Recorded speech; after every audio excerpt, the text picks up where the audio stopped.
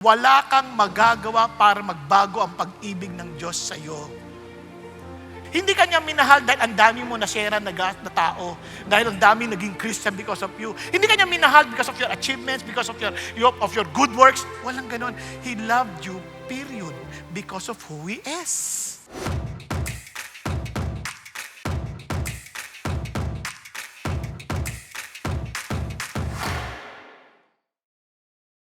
May tanong lang ako sa inyo. Sino sa inyo naniniwala kayo na mahal kayo ng Diyos?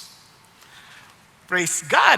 Na mahal kayo kasi kapareho ng pagmamahal niya kay Pastor Peter. Pakita sa kamay. Ay, kumonte. Yung paniniwala niyo na mahal kayo ng Panginoong Diyos, kapareho ng pagmamahal niya kay Paul. Palit na maliit. Parang umuunti, no? Kasing kapareho ng pagmamahal niya kay Jesus. Ayan, parang, aaminin ko sa inyo, may mga tao, bagamat kilala nila na Christian na sila, na-experience sila si God, hindi sila ganun katiyak, nagmahal sila ng Diyos, kapareho ng pagmamahal niya kay Jesus. Minsan isip natin, hindi ako kasing ganun kabait eh. Parang mahal ako hanggang dito lang. Di ba?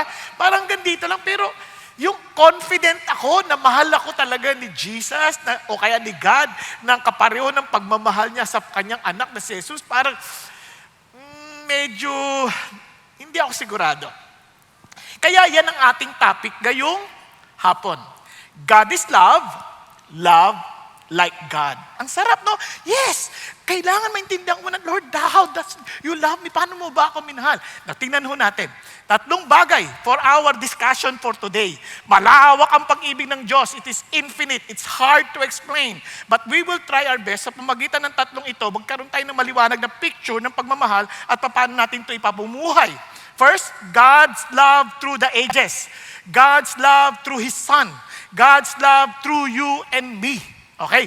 Bakit importante yan? Pag-usapan natin, God's love through the ages. Ano bang ibig sabihin nun? Tingnan natin sa 1 John. The one who does not love does not know God. Why? Because God is love. Inulit sa verse 16, God is love, and the one who abides in love abides in God. And God abides in Him. So ano sinasabi niya? Look at this. God defines love. Andiyan pa ba kayo? But love does not define God. Okay pa tayo dyan? Anong ibig sabihin? Kasi tayo may mga concept na tayo ng pagmamahal. Tayo, may concept na tayo ng pagmamahal. May inis pa tayo, itong pagmamahal, itong pagmamahal, itong pagmamahal. Pero yung pagmamahal na naiisip natin, hindi si God yun. Si God ang magsasabi, ano yung pagmamahal? Because God is love. Are you following? Kasi minsan, ang problema natin, tayo nag-iisip na, kung talagang si Lord ay pag-ibig, bakit niya tayo pinupuna sa mga mali natin? Mali yung pagmamahal mo. Kasi dapat titingnan mo sa lente ng Diyos because He is love. He is the very definition of love. Hindi yung definition natin. Andiyan pa kayo? Now, isa-isa natin, ano ba si God? Unang-una, ang kakatuwa si God, the very nature of God is love. Kaya nga, tingnan nyo na lang, let us make man in our image. Nung nilikha niya ang tao, the reason why we're always longing to belong. Kaya lahat tayo, kaya iba napipilitang magsuot ng mga maskara. Ayaw nating makita ng tao ang ating mga kahinaan. Dahil ayaw nating makilala tayo, tapos i-reject nila tayo. That is our greatest fear. Kaya ang gagawin natin, magsusut tayo ng maskara. We don't want to show them our weaknesses. Ang gusto natin makita nila yung ating best foot forward. Tama ba? Gusto nila makita yung, wow, ang galing niya. Wow, kaya takot tayo magkamali sa harapan ng mga tao. Kaya pag pinagsaltaan yung isang tao, kinakakabahan na matindi. Kasi natatakot siya na, baka kung ano masabi ko. Baka malaman lang di ako marunong. That's exactly the point. Kasi nga ayaw natin ipaalam sa tao ang ating weaknesses because we want to be accepted. Are you following? Yun ang problema. Kasi bakit? Kasi we are created by God in His image. Kasi yung Diyos na kilala natin is a triune God where they love each other. The Father loves the Son, The Son loves the Father, and obviously the Spirit glorifies God o glorifies Jesus who glorifies the Father. Nagkakaintindihan tayo. Kaya nga hindi pwedeng hindi triune God. Kasi how can He be loved kaya even before eternity, before our creation, si Jesus o si God, mahal niya na, ibig sabihin, nag-exercise siya ng love kasi He is love. Are you following? Saan ko nakita yan? Tingnan natin, hindi ko yan inimbento. Samahan po ninyo ako sa John chapter 17 when Jesus Christ was praying before He was crucified on the cross. I in them and you in me, that they may be perfected in unity. You see? Now, so that the world may know that you sent me and I love them, even as you have loved me. Paano daw minahal ni Jesus tayo? Yung kanyang mga alagad, as God loved Him. Paano yan? Father, I desire that they also whom you have given me be with me where I am, so that they may see my glory which you have given me. For you loved me before the foundation of the world. Wow! Paano daw minahal si Jesus ng kanyang Ama? Even before the foundation of the world. From eternity past, minahal na ni God si Jesus. Tama ba? And God is saying, and Jesus, I love them as you have loved me. So sinasabi ni Jesus, minahal ka, hindi ka pa nililikha. Naniniwala ka ba nun? So bakit importante yan? Para paalala sa atin. Minsan nagdududa tayo, Lord, mahal mo ba ako? Ang dami kong kapalpakan eh. Bakit? Kailan ba kita minahal? Nung wala ka ng kapalpakan? Palpak na palpak ka nga nun eh. Hanggang ngayon, palpak ka pa rin. But I love you even before the foundation of the world. Kaya hindi ako nasusurprise na nangyayari sa'yo. Kaya lang, yung iba, tinanggihan yung pagmamahal na yun, kaya hindi na ma-experience. Kaya ang kapalit nun, the natural law is you reap what you have sown. Are you following? Nabalik tayo dito ngayon. Totoo ba yan? Of course. Tingnan nyo, tuloy tayo. And I have made your name known to them, and will make it known, so that the love with which you have loved me may be in them and I in them. So, ano ulit, paano minahal ulit ni God si Jesus? Before the foundation of the world. Kaya si Paul, ganun ang intindi niya. Tingnan ninyo. Blessed be the God and Father of our Lord Jesus Christ, who has blessed us with every spiritual blessings in the heavenly places in Christ, just as He chose us in Him before the foundation of the world, that we would be holy, positionally holy and blameless before Him. Paano? In love. Andiyan kayo? Before the foundation of the world, abay, nakita ka na ni God. Mahal ko ito. Mahal ko ito. Karang sabi niya, kaya pinili ko siyang mahiwalay. Maging blameless para sa aking purposes. Ako? Tayo nga mismo, ayaw natin yung sarili natin eh. Minsan titigil tayo, minsan kasuko na tayo sa sarili natin. Di ko na talaga kaya itong sarili ko. Naiinis na ako sarili ko. Totoo ba ako? Hindi. Pero si God, totoo. And sabi niya, I love you even before the foundation of the world. Hello? Kaya pag nakita ka niya, hindi siya nagugulat. Ay, ano nangyari sa mukha mo? Bakit puro foundation yan? Walang ganun. Walang ganun si God. Alam niya na. Di ba? Bakit? Ano nangyari sa mukha mo? Bakit nag-iba kulay mo? Nagluda tayon ka, no? Hindi siya surprised. Ay, ang sama na ugali mo. Oo, dati pa alam na ni Lord yan. Kaya, pero minahal ka pa rin niya just the same. Kaya uulitin ko, the only reason why we cannot experience His love, because we chose not to accept His love. And I pray that we will not reject His love. Nagkakaintindihan tayo. Tuloy tayo ngayon. He predestined us to adoption as sons through Jesus Christ to Himself. Biro mo, inampun niya tayo according to the kind intention of His will, to the praise and of the glory of His grace which He freely bestowed on us in the beloved. Grabe, no? Kaya alam nyo, gusto ko lang ipaintindihan nyo yung love ni God through the ages. You take it by faith. Are you following? You take it by faith. So remember the word. Faith. Para lang yan through the ages, para lang maintindihan natin. It's faithful and steadfast, a source of hope and renewal, infinite and unchanging, transformative and unconditional, heartfelt demonstration in creation. Gusto ko lang maintindihan yung ito mabuti. Now, Picturean nyo na, hindi nyo memorize. I promise you, kasi ako hindi ko memorize. Nagkataon lang ako gumawa, kaya alam ko. Alright? Now, balik tayo. For example, faithful and steadfast. For the Lord is good, His loving kindness is everlasting, and His faithfulness is to all generations. Kaya mula pa noon, doon pa sa lumang tipan, maging sa hanggang ngayon, hindi nagbago ang pag-ibig ng Diyos sa atin. Are you following?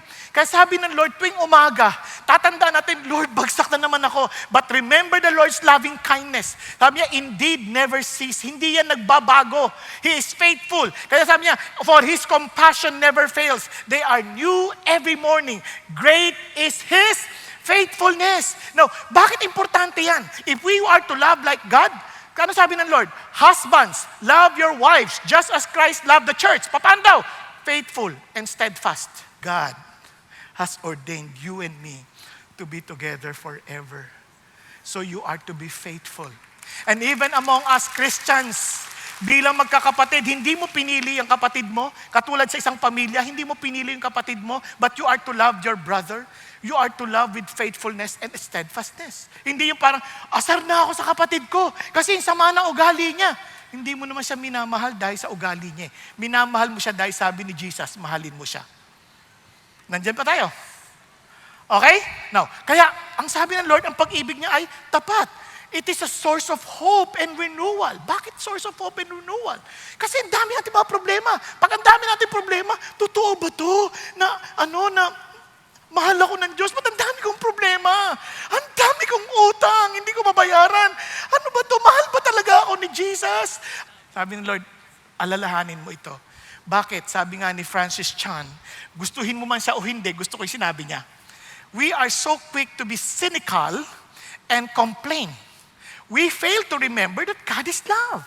He loves us, and if we truly understand that love, it would change everything. May mga bagay na beyond our control na nangyayari, and we might question and say, bakit nangyayari ito? But if you know that God is love, He will not allow anything to happen that is not good for those who love Him and walk according to His purpose. Nagkakanindihan tayo? So pag may problema, isipin mo, Lord, thank you for allowing this kasi alam ko, mahal mo ko, hindi ito para sa ikasasama ko. So importante na you know that our God cares for us so much. Kasi sabi ng Bible, blessed be the God and Father of our Lord Jesus Christ, the Father of mercies and God of all comfort. Why? Who comfort us in all our afflictions. Because He's a God of love. So that we will be able to comfort those who are in any affliction. You know what God is saying? Believe ako sa'yo. You can comfort others. You will reflect me to people who love me. Amen? Kaya doon ka oo nga no, praise the Lord. Di ba? Now, ito pa. Infinite and unchanging. Hallelujah. Sabi ng Bible, give thanks to the Lord for His good, for His loving kindness is everlasting. Kung si David ito, can you imagine? He fell big time. And yet he knew the Lord sustained him. And His love never changed. Did not change. Bakit? Isipin mo, pwede rin sabihin, ganyan pa, ginanti mo sa akin. Bahala ka na, ayoko na sa'yo. Hindi si Lord, hindi siya piniwan. Hindi siya pinabayaan. Kaya alam mo, minsan isip natin, Lord, paano po ba? Mahal mo pa ba ako? To some of us, feeling natin limited yung pagmamahal ng Diyos. Umabot na ako sa hangganan ng aking pagmamahal. Ikaw yun. But not God. God is unlimited. God is infinite. Kaya hindi siya umaabot sa hangganan. Because He loves you. Diba? Ulitin ko lang. Bakit may wrath? Because they chose not to accept His love. Are you following? But to God, He'll never change. Kaya sabi nga nila, wala kang magagawa para magbago ang pag-ibig ng Diyos sa iyo. He does not love you just because you have great achievements. Hindi kanya minahal dahil ang dami mo na-share na tao. Dahil ang dami naging Christian because of you. Hindi kanya minahal because of your achievements, because of your good works. Walang ganon. He loved you, period, because of who He is. Nagkakaintindihan? Kaya ito, importanteng paalala sa kasabi ng Lord. Tinan nyo ilang beses niya na-rebuke yung mga Israelites. The Lord appeared to him from afar saying, I have loved you with what? With an everlasting love. Therefore, I have drawn you with loving kindness. Ako pa nga nilalapit kita sa akin. Kahit sa tigas ang ulo mo. Kaya sabi tuloy ni A.W. Tozer, because God is self-existent, His love had no beginning. Because He is eternal, His love can have no end. Because God is omniscient, He sees everything that is happening in the universe at all times. Because He is omnipotent, He can interfere with all things that He has made. And because He is sovereign, everything that happens is ultimately under His control.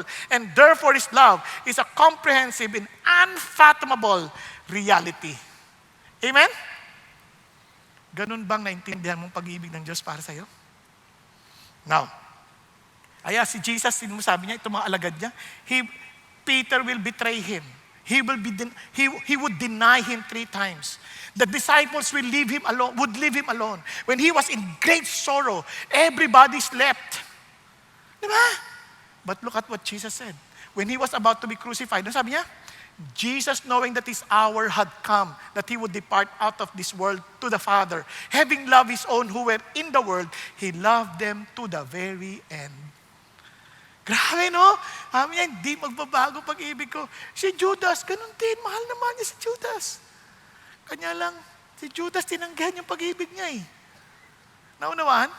Now, gusto ko yung ginawa ni David Jeremiah in one of his preaching. Etong ginawa niya. Sabi niya, binasa niya yung Psalm 139 at pinaltan niya ibang mga words para just to remind himself of the love of God. Sabi niya, where can I go from your love? Lord, or where can I flee from your love? If I send to heaven, you are there. Your love is there. If I make my bed in Sheol, behold, your love is there. If I take the wings of the dawn and I will dwell in the remotest part of the sea. Sabi niya, even though your love will lead me and your love will lay hold of me. If I say, surely the darkness will overwhelm me and the light around me will be night, even the darkness is not dark to your love, and the night is as bright as the day, darkness and light are alike to your love. Grabe, no? Parang ilagay niyo yung sarili niyo sa ganyan. Lord, grabe yung pagmamahal mo. Hindi nagsasawa. Remember, our God is a loving God. It's also transformative and unconditional. Di ba? God's love is not earned through human merit, but it's an expression of His infinite goodness, mercy, given freely to all creation. Ano sabi ng Lord? But God demonstrated His own love toward us in that while we were yet sinners, Christ died for us. Ano sabi ng Lord? Sabi niya, kaya naman, dahil transformative, kailangan kitang disiplinahin pag kinakailangan. Kasi bakit? Do not regard lightly the discipline of the Lord, nor faint when you are reproved by Him. Bakit? For those whom the Lord loves, He disciplines and He scourges every son whom He receives. Nagkakanindihan po. Kapag di ka dinidisiplina, hindi ka baka tinanggihan mo yung pagmamahal niya kaya hindi ka part ng family niya. Naunawa natin? Pero kung dinidisiplina ka niya, praise God. Ibig sabihin, part ka ng family and He loves you. Alam niyo isang disiplina ng Lord na pinakaayaw ko ma-experience? Yung biglang parang tahimik na siya. Ayaw niya na makipag-usap. Yung bang nagbabasa kang Bible, wala kang natatanggap. Nagpe-pray ka parang nasa ceiling lang. Nangyari sa akin, Lord, huwag kang ganyan. Hindi ko kaya mabuhay nang wala ka, please. Bawa ka sa akin, patawarin mo ako, ano nagawa ko. Bakit hindi ka nagsasalta sa akin? Ba't di mo ako kinakausap? Lord, huwag kang tatahimik, hindi ko kakaya. Okay nang tumahimik ang asawa ko. Okay nang tumahimik ang mga anak ko. Huwag kayo. Huwag kayo. Okay nang tahimik ang kongregasyon dahil natulog sila. Okay lang. Huwag kayo. Nagkakaintindihan tayo? And marami sa atin, sobrang sanay tayong ganyan, hindi tayo kinakausap ng Diyos. Nagbabasa tayong Bible, wala tayong naintindihan, hinahayaan lang natin. Pag-isipan niyo mabuti, kung kayo po ay may kairog at hindi niyo naintindihan ang mga pinagsusulat niya, pipilitin niyong babasahin pa ulit-ulit para maintindihan ninyo at kung hindi, tatawagan niyo anong sinasabi mo. Tama? Dahil hindi kayo papayag na hindi kayo nagkakaintindihan. Are you following? Kaya yan isang bagay na hindi dapat natin pinagwawalang bahala. And it is always heartfelt and demonstrated in creation. Why? Look at this. God saw all that He had made. Behold, it was very good. And there was evening and there was morning in the 6th day. Alam niyo ba, nung binabasa ko yan, pagsipan niyo mabuti. Magsabi niyo, then there will be, and there was light, and it was good. Lord, bakit naging good? Talaga naman perfect ka. Obviously, you cannot do anything bad. Wala namang point of comparison. Ano yung ibig sabihin good? Pag-isipan niyo mabuti. Nung pagbasa ng Genesis chapter 2, ano sabi ng Lord? It is not good for a man to be alone. You know what God is saying? Nung kinreate niya yung langit, iniisip niya ang tao. And let there be light, and it was good. This is good for the human beings. Kaya alam niyo ho, mahirap ang madilim. Tama ba? Tama? And He separated the waters from the land. And it was good. Bakit? It is very good for people not to be in the sea. At saka nandito lang. Nakuha ninyo? Our God, when He created the heavens and the earth, sobra niyang inisip ang tao. Kaya po, sa pag-aaral ng siyensya, konting distansya lang nalapit sa araw, we're dead. Konting distansya lang mapalayo sa araw, we're dead. Because God thought of you when He created the heavens and the earth. Amen? Kaya ito ay blessing ng Diyos sa atin. Kasi sobrang bait ng Diyos. So what God wants us to do now? Kaya itong sabi ho ni Spurgeon. Sabi niya, to sum up what we have said in 4 words, for breadth, the love of God, of Jesus is immensity. For length, it is eternity. For depth, it is immeasurability. For height, it is infinity. O Christian, may the Holy Spirit instruct you in these great things. You cannot measure the love of God. Hallelujah. And alam niyo po, itong love na to ay amazing. Pinakita niya to through His Son, Jesus Christ.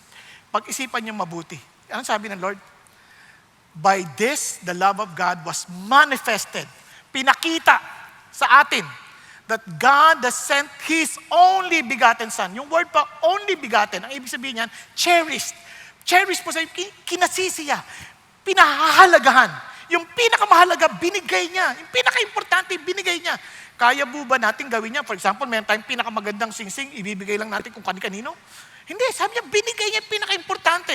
At hindi lang yun, into the world. World of chaos. World of suffering. World of, yun nga, mga projects na hindi totoo.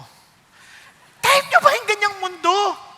Ayun, pero willing si Jesus pumunta sa ganyang mundo and to suffer along with us. At ang sabi niya, so that we might live through Him. Nang sa ganun, magkaroon tayo ng saysay, ng dahilan para mabuhay. Nang hindi tayo naghahabol ng kung ano ng pera na hindi naman atin. Nakakapagod ata yun? Yung nabubuhay tayo na walang dahilan, nabubuhay tayo na walang direksyon. Mayroong purpose ang Diyos. Hindi lang tayo nabubuhay para ng kumita ng pera. Yung pera, mayroong pandahilan. Kaya sabi na, and this is love. Not that we love God, but that He loved us and sent His Son to be the propitiation for our sins. Kaya tayo walang dahilan sa buhay because we have forgotten that we were created for God. At nagkahiwalay yan, at yung galit ng Diyos, yun ang ating nakikita. But in reality, galit niya yun sa kasalanan.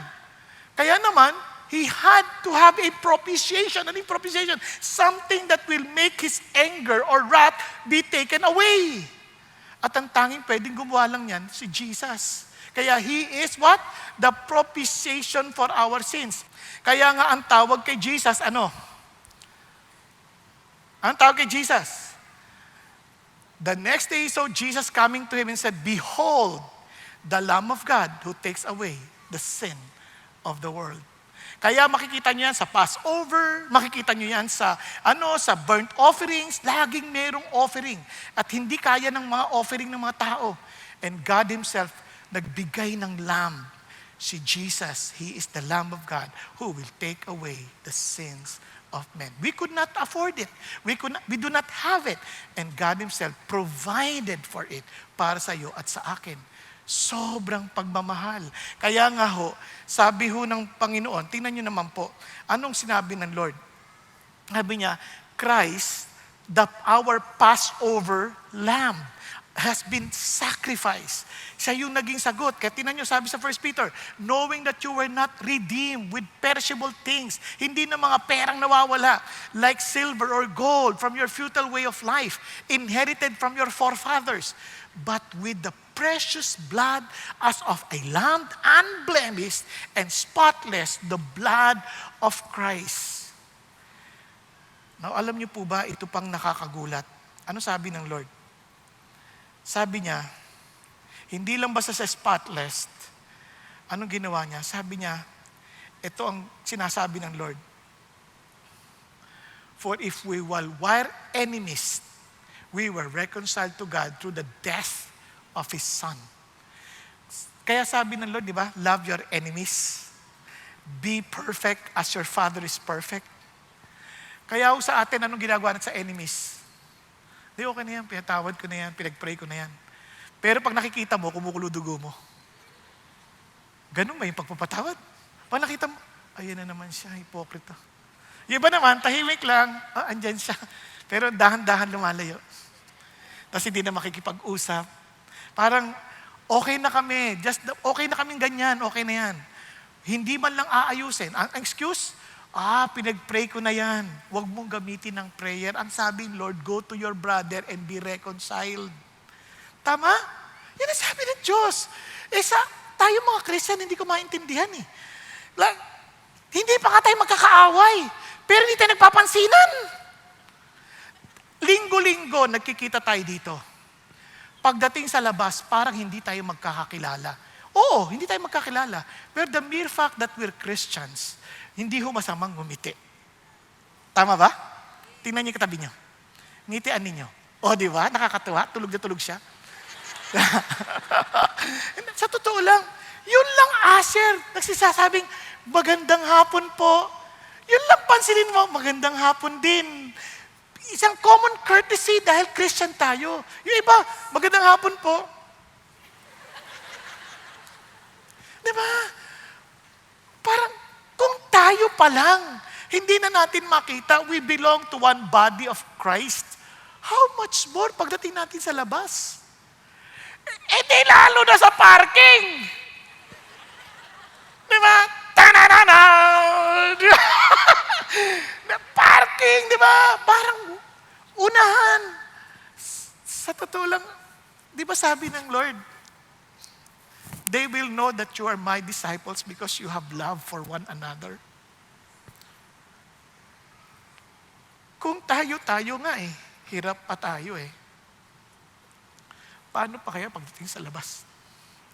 Kaya no wonder, even if we try to win people to Jesus, they could not see the reality of love. Because they could not see Jesus in us. Kaya ho, nakakatuwa ang Panginoon, sabi niya, kasi siya ang naging righteousness natin. And look at what He said. Look at what He said. Anong sabi ng Lord? Who will separate us from the love of Christ? With tribulation, distress, persecution, or famine, or nakedness, or peril, or sword? Wow, wala! Walang makakapaghiwalay. Kaya sabi niya, but in all these things, we overwhelmingly conquer through Him who loved us because He is the manifestation of God's love. And look at this, for I'm convinced that neither death, nor life, nor angels, principalities, present things to come, powers, heights, depth, nor any other created thing will be able to separate us from the love of God which is in Christ Jesus our Lord. Magduda man ang tao tungkol sa iyo, si God, hindi nagbabago ang pagmamahal niya para sa iyo. Hindi nagbabago ang pagmamahal niya para sa atin. He loves us just the same. Kasabi ni John Stott, the essence of sin is man substituting himself for God, while the essence of salvation is God substituting Himself for man. Sabi ho ng Panginoon, sabi ho niya rin, ito po sabi ni R.C. Sproul, the absolute truth that God is love has never been as vital as it is in our day. The world often stands in opposition to God. However, the nature of God is to sympathize with our trespasses while calling us to Himself. Kahit ayaw natin siya, nandun pa rin siya, tinatawag niya pa rin tayo. Ka na, lapit ka na, magsisi ka na. Habang may panahon, pinapakita niya pa rin mahal niya tayo. Hindi niya pa rin tayo sinusuko. And finally, God's love through you and me. Alam niyo, sa totoo lang, ang sarap pong isipin. Minsan, nararamdaman natin yung pag-ibig ng Diyos. Sa mga kapatiran natin, no? They're willing to sacrifice, they're willing to help, they're willing to be there to assist you. Damang-dama mo, mahal ako ng Diyos. Mahal ako ng Diyos. Di ba? Kasi nakita ko yung pagmamahal ng mga kapatid. Nung may sakit ako, they were praying for me. Nung ako may problema, they're there to help me. Di ba? Kasi sabi ng Bible, look at this, Beloved, let us love one another, for love is from God. And everyone who is loved is born of God and knows God. Now, tuloy pa rin natin. Sabi niya, Beloved, if God so loved us, we also ought to love one another. Bakit inuutos siya pa kung talagang born of God na tayo, we will love. Yun sabi ng Panginoon eh. Bakit kailangan niya iutos? Ganun talaga kasi kung mapapansin nyo, kahit si Lazarus, alam niyang bubuhayin niya, patay na eh. Bakit inutusan pa rin? Lazarus, rise up! Di ba? Kasi the very word of God has to bring that power in us as He tells us what to do. Because He is telling us what to do because He knows that He has given us the power to do it. Nakuha ninyo, parang ang hirap naman sabihin, magmahal ka na wala kang capacity to love. Yun ang sinasabi ng Panginoon, beloved. Kaya alam niya, kaya you love one another. Tinuloy niya pa, no one has seen God at any time. Paano makikita ng tao? If we love one another, God abides in us and His love is perfected in us. Kaya nga ang Panginoon nagbigay ng solemn warning. Ano sabi niya? If someone says, I love God, and hates his brother, he is what? A liar. For the one who does not love his brother whom he has sinned cannot love God, whom he has not sinned. Alam niyo, minsan nakakalungkot, no? In the name of money, mana, aawayin ng kapatid. Mana lang yan, pera lang yan. If God is our provider, bigay mo na yung mana na yan. Ba't mo aawayin yan? Mag-aaway kayo ng kapatid dahil sa mana? Oh, niloko ka. So what? Hindi naman nila maluloko ang Diyos. Nagkulang ba ang Diyos sa atin? Hindi naman eh. Kaya alam minsan, kaya tayo natatakot, kasi natatakot tayo, baka tayo kalangin. Huwag ka matakot. God is good. Hindi niya tayo pababayaan. Basta seek first His kingdom and His righteousness, and all these things shall be added unto you. Huwag na tayo makipag-away. Diba? Minsan makikipag-away pa tayo sa mga bagay-bagay. Dinaya sa negosyo, dinaya. Ibigay mo na sa Diyos yan. Hindi naman niya makakalusot. Lalabas at lalabasin ang katotohanan. Naintindihan po. Di ba? Hindi man natin makuha yung ustisya ngayon, palagay nyo, makakalusot sila sa Panginoon. Kaya sabi ng Bible, this commandment we have from Him, that the one who loves God should love his brother also. Paano magmahal? Kahit kaaway mo, titiisin mo lahat ang nararamdaman mo because it's not about your feelings. It's about the heart of God. And mga kapatid, mahahamon tayo sa ganyang mga pagkakataon. Kasi love is something beyond us. Unless God is at work in us, hindi madaling magmahal. In fact, it is impossible. Can you imagine? Mamahalin mo ang kaaway mo. Kapag posible, sabi niya ng Panginoon, posible, babatiin mo yung mga nagbumabati sa'yo, pareho lang kayo na makasalanan, ginagawa din nila yan. Pero yung babatiin mo, hindi bumabati sa'yo, ayun. Diyos lang yun na at work in you. Tayo pong lahat ay yumuko at pumikit sandali. Mga kapatid,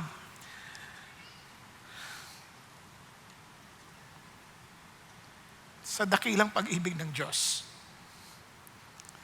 hindi ho natin kaya ang magmahal kapareho ng pagmamahal niya. Kung wala siya sa atin. Kung hindi tayo naisilang sa Kanya. Kaya naman, mga kapatid, atin pong evaluate ang ating mga sarili. Ang diablo'y nananampalataya, nanginginig pa. Kaya sabi ng Lord, kayong nananampalataya sa akin, sunod kayo sa akin. At hindi nyo yung kakayanin kung wala ako sa inyo. Kaya kapatid, kung sa palagay mo, nakikita mo sa buhay mo na parang walang katotohanan, yung pagmamahal, walang katotohanan, yung pinapakita ng Diyos na para sa ibang tao, then be humble enough na aminin mo yun sa Panginoon. Lord, gusto ko maging totoo ka sa akin. Ayoko maging matigas ang puso ko kapareho ng kay Paraon na dinig ng lagi nakakarinig at nakakakita ng kapangyarihan mo. Pero tinitigasan niya ang puso niya, hindi niya ginagawa yung pinagagawa mo. Kaya Panginoon, tulungan mo ako. Kaya kapatid, pinapahintulot ng Diyos makita natin yan upang maintindihan natin ang totoo nating kalagayan sa Espiritu. Kaya huwag mong tigasan ang puso mo. Be humble enough to admit, Lord, tulungan mo ako. Kasi malayo po yung naaaral namin sa buhay ko. Kung yan ang kalalagayan mo, then sabihin mo, Lord, ako po yun. Then, itaas mo kamay mo sa Diyos. Sabihin mo, Panginoon, tinataas ko pong kamay ko bilang pagkilala na hindi ko po nakikita yung pag-ibig na yun. Kaya, Lord, tinatanggap kita ngayon at sinasabi kong naniniwala ako sa iyo na ikaw ang kapahayagan ng pag-ibig ng Diyos at ikaw din ang kapangyarihan para ako'y magmahal kapareho ng sinasabi mo sa iyong salita. Yes, pakitaas mo kamay mo. Be humble before God. Yes, yes. Yes, huwag kang mahiya. It's between you and the Lord. Yes, hallelujah. Yes, sa mga nasa balcony, sa upper balcony, at mga nanonood sa online. Be humble before God and say, Lord, malayo po ako. At alam kong wala po yung kapangyarihan na yon. Lord, ayoko pong nadoktrinahan lang ako. Gusto ko pong maging totoo kayo sa akin. Kaya ngayon pa lang tinataas ko kamay ko bilang tanda ng aking pagsuko. Pagkilala na kayo ang aking Panginoon dahil sa iyo ako nagtitiwala. Kayo ang tagapagligtas. Kayo ang binigay ng Diyos Ama. At ang sino mang manampalataya sa iyo ay hindi na mapapahamak pa. At salamat, Panginoon, na sabi mo na kami ay may buhay na walang hanggan. Na kung saan ang katotohanan ng pag-ibig na to ay mula ngayon amin pong ipamumuhay sa biyaya ninyo. At sa sakaling kami madapa, hinihingi namin, Panginoon, ibangon nyo kami. Tulad ng pangako ninyo that the righteous man falls 7 times and he rises up 7 times. Dahil kayo ang may hawak sa aming mga kamay. Kayo ang may hawak sa aming mga bisig. Salamat, Panginoon Diyos, that you will not allow us to fall headlong. Thank you, Lord. Hallelujah. Thank you, Jesus, for dying on the cross for my sin. Thank you, Jesus, that you are alive. You rose again from the dead. Thank you, Jesus, that you promised the Holy Spirit to be upon us. And thank you, Lord, that you have given us the Holy Spirit as we humbly come before you because you will fulfill your word as you promised. Thank you, God. Lord, we entrust ourselves to you. I believe in your words and allow us to walk faithfully in your love. At Panginoon naman, we pray, Father God, for every family we represent. Lord, please help us to be loving people. Help us, Father God, that people of the world will know that we are your disciples because we love one another. At magsimula ito sa aming mga pamilya. Magsimula ito sa aming mga kani-kaniyang tahanan. Panginoon, na hindi na po yung pakiramdam namin ang masusunod, kundi ang pakiramdam ninyo, ang puso ninyo ang masusunod. Salamat po muli, Panginoon Diyos. Pagpalain niyo po ang bawat pamilyang amin nire-represent. At patuloy niyo pong, Panginoon Diyos, pagyabungin ang pagmamahal ninyo sa bawat isa.